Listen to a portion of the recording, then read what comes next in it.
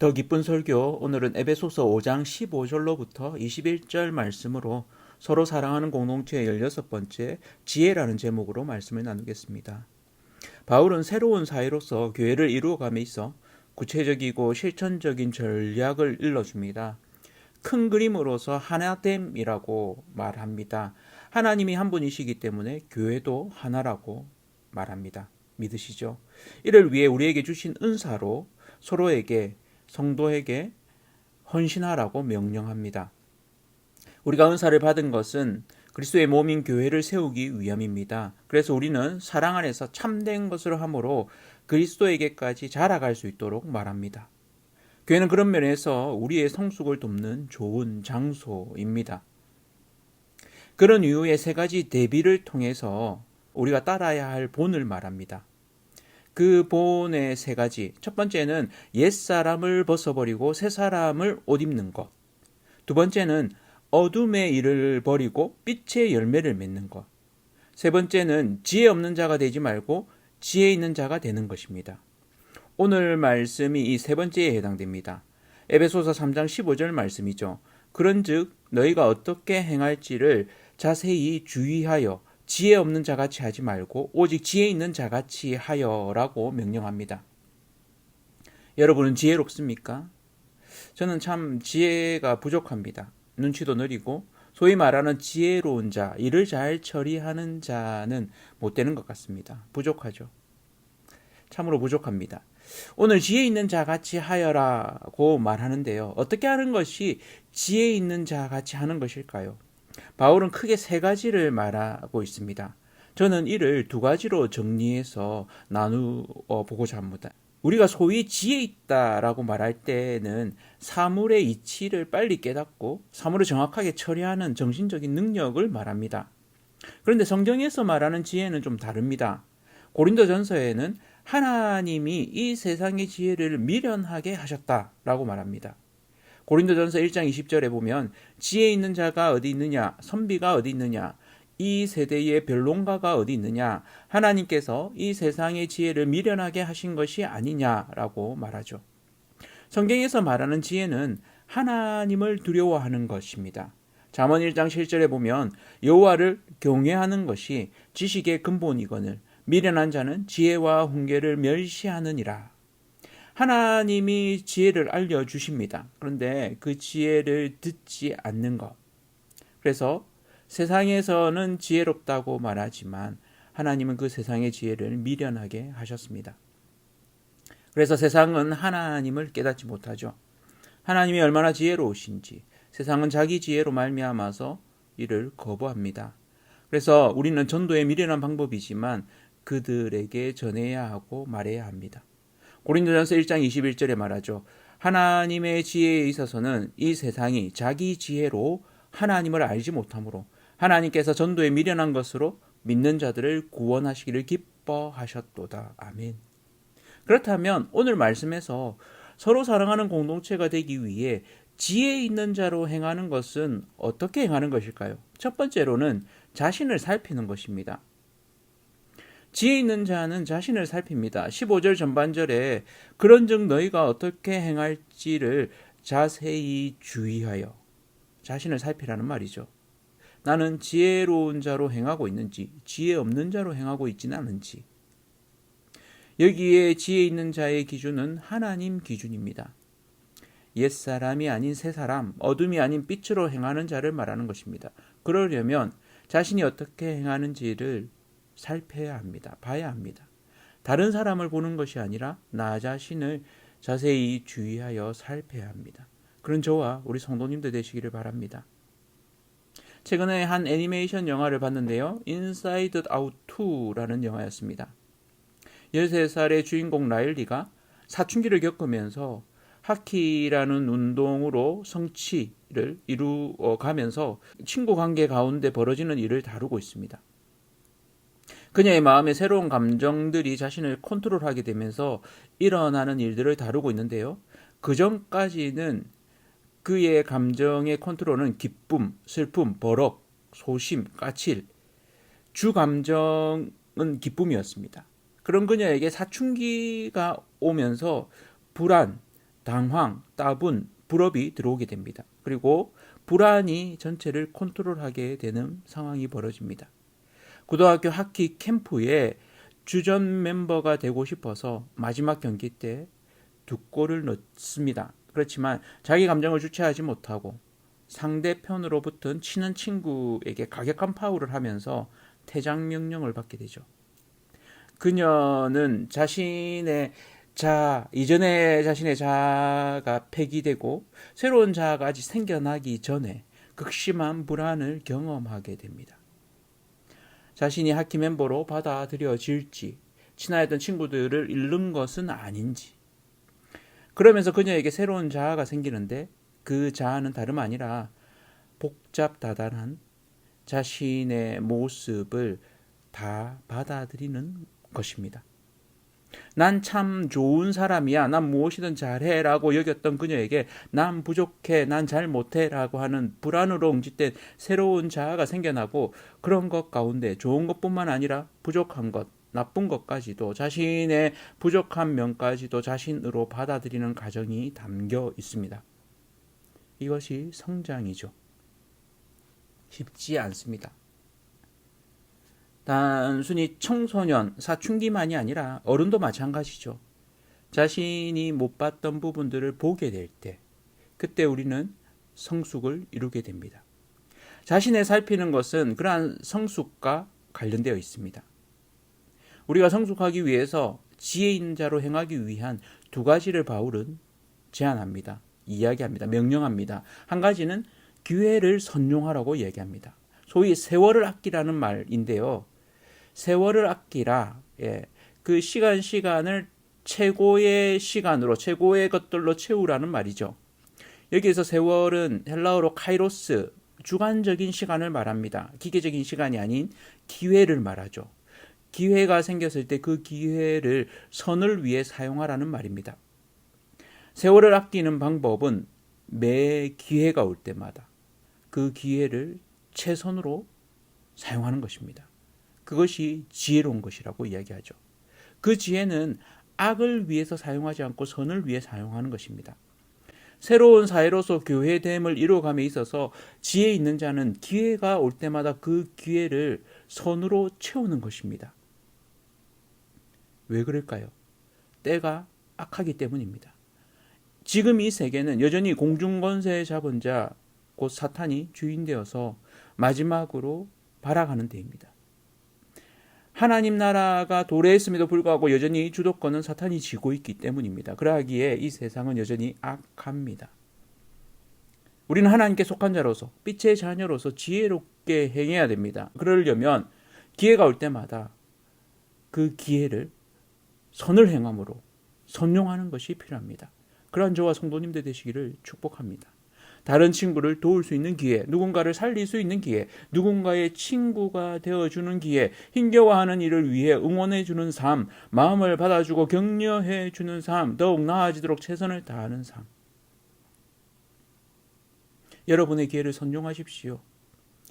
이기적으로 자기 자신만을 위해서 쓰지 마시고 옆에 같이 살아가는 일을 돕고 세워주고 함께 해주는 악한 시대 가운데 지혜 있는 자의 모습으로 살아가시기를 바랍니다. 다른 사람은 다 자기 좋은 대로 사는데 왜 나만 그래야 해? 그런 마음이 들 수도 있습니다. 그러나 그런 마음이 들 때 나는 빛의 자녀임을, 옛사람이 아니고 새사람임을, 정말 지혜 있는 자로 행하는 것이 이런 것이라는 것을 여러분 확신하시고 그렇게 기회가 있을 때마다 선을 위해서 그 기회를 사십시오. 선용하십시오. 2번째는 하나님의 뜻을 고민하는 것입니다. 17절에 이렇게 말합니다. 그러므로 어리석은 자가 되지 말고 오직 주의 뜻이 무엇인지 이해하라. 지혜 있는 자는 하나님의 뜻을 이해하는 자입니다. 하나님의 뜻을 찾는 자죠.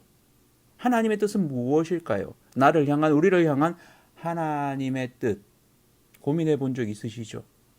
말씀에는 하나님의 뜻이 나타납니다. 예레미야 29장 11절에는 여호와의 말씀이니라 너희를 향한 나의 생각을 내가 아나니 평안이요 재앙이 아니니라 너희에게 미래와 희망을 주는 것이니라. 그렇습니다. 인생은 고통의 강이 아닙니다. 그것이 하나님의 뜻이 아닙니다. 평안을 선사해주고 미래를 보여주고 희망을 주는 것이 하나님의 뜻입니다. 다른 말로 하면 안식과 쉼을 주시는 것이 하나님의 뜻입니다. 인생 가운데 하나님으로 인한 안식과 평안을 누리시기를 바랍니다.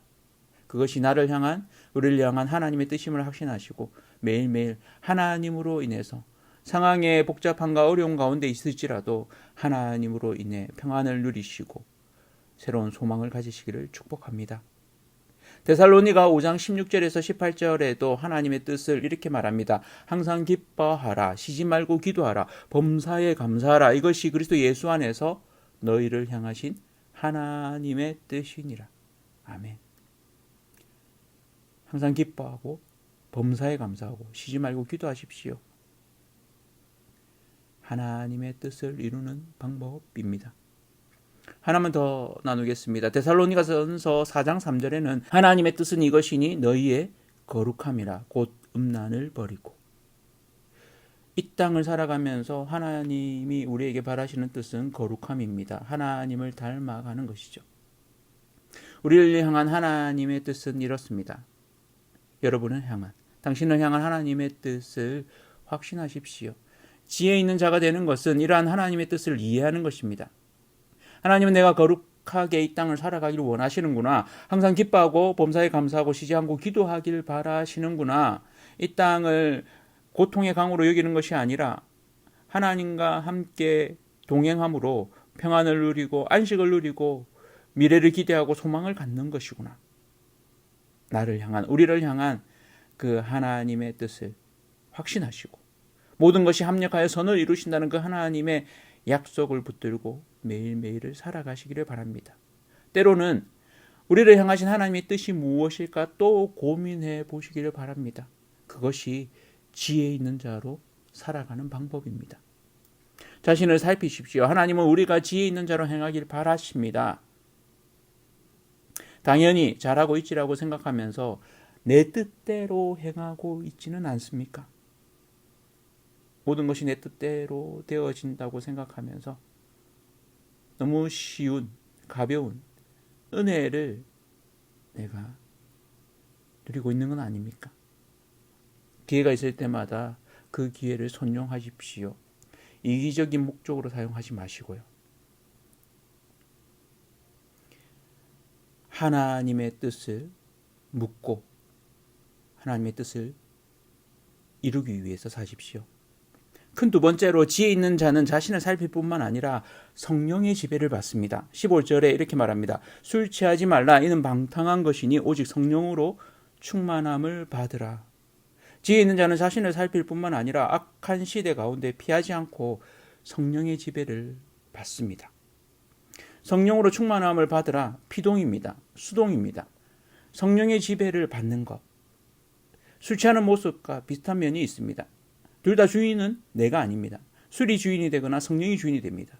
그러나 그 차이는 극단적인 차이가 있습니다. 술 취함은 절제가 안 됩니다. 방탕해집니다. 어둠의 일이죠. 옛사람의 일입니다.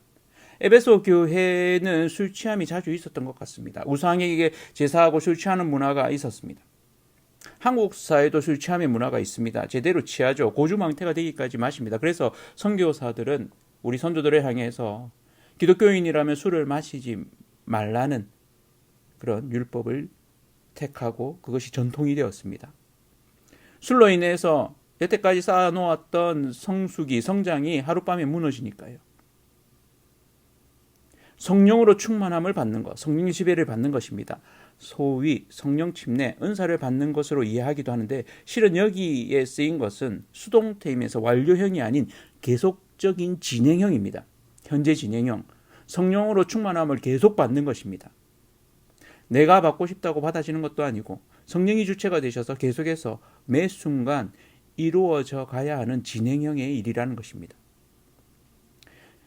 성령의 지배를 받는 것. 성령의 지배를 받으십시오. 소위 성령으로 충만해지십시오. 성령이 나 자신을, 여러분을, 당신을 지배하시도록 내어드리십시오. 그럴 때 성령의 열매는 절제입니다. 방탕하지 않습니다. 변화가 생깁니다. 네 가지로 이야기합니다. 성령의 지배를 받을 때 첫 번째 서로 화답하게 됩니다. 다른 말로 하면 사랑 안에서 참된 것을 말하게 된다고 저는 풀이해 봅니다. 19절 전반절에 시와 찬송과 신령한 노래들로 서로 화답하며 찬양으로 서로 화답하고 부르는 것입니다. 이것은 다른 말로 하면 서로 어떻게 행해야 될지를 권면하게 되는 것입니다. 바른 것을 말하게 되는 거죠. 찬양으로 서로 화답할 때 우리의 마음은 사랑 안에서 참된 것을 듣게 됩니다. 서로 마음이 뜨거워져서 찬양으로 화답해 보신 적 있으시죠? 그럴 때 우리는 참된 것을 듣게 됩니다. 사랑 안에서 참된 것을 듣게 되죠. 그러한 상태, 참된 교제, 투명한 교제입니다.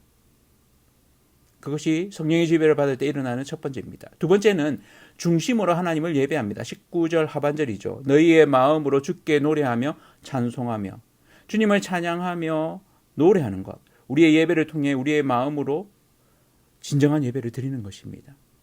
예배할 때, 찬양할 때 진심을 다해 찬양하게 되죠. 그렇게 찬양하시는 저와 성도님들 되시기를 축복합니다. 우리의 개인의 하나님 앞에 예배뿐만 아니라 공동체로 같이 예배할 때 그 예배에 하나님을 뜨겁게 중심으로 예배하는 자 되시기를 축원합니다. 세 번째로는 그리스도 안에서 하나님께 감사합니다. 20절에 말하죠. 범사에 우리 주 예수 그리스도의 이름으로 항상 아버지 하나님께 감사하며.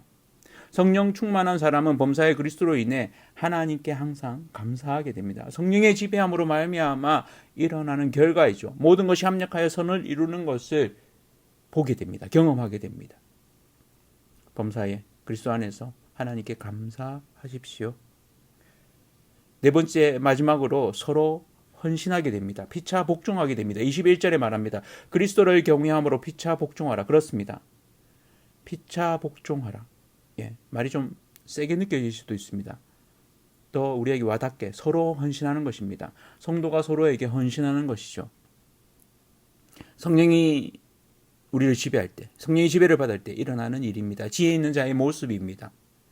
공동체로서 우리는 서로에게 헌신해야 합니다. 하나님의 새로운 사회로서 교회가 지혜 있는 자로서 행하는 모습입니다. 그러한 저와 모든 성도님들 다 되시기를 축복합니다. 교회를 이루어감에 있어서 서로 헌신하는 것은 중요합니다. 서로 안에 있는 그리스도를 바라보고 서로 헌신하는 것입니다. 그 성도님 안에서도 그리스도께서 일하고 계심을 보고 그 성도를 존중하고 헌신하는 것입니다. 그를 그리스도의 몸으로서 내가 가진 은사로 돕는 것입니다. 그렇게 이 일들을 해가시기를 바랍니다. 교회는 그 일들을 해가는데 때로는 어려움을 겪습니다. 갈등을 겪기도 합니다. 힘듦을 겪기도 합니다. 그만하고 싶어질 때가 있습니다. 그러나 참으로 지혜 있는 자는 그 안에 그리스도께서 일하심을 믿고 성령께서 그를 주관하시도록 내어드리는 것입니다. 각자가 성령의 지배를 받음으로 지혜로운 자로 행하시는 모든 성도님들 다 되시기를 축원합니다.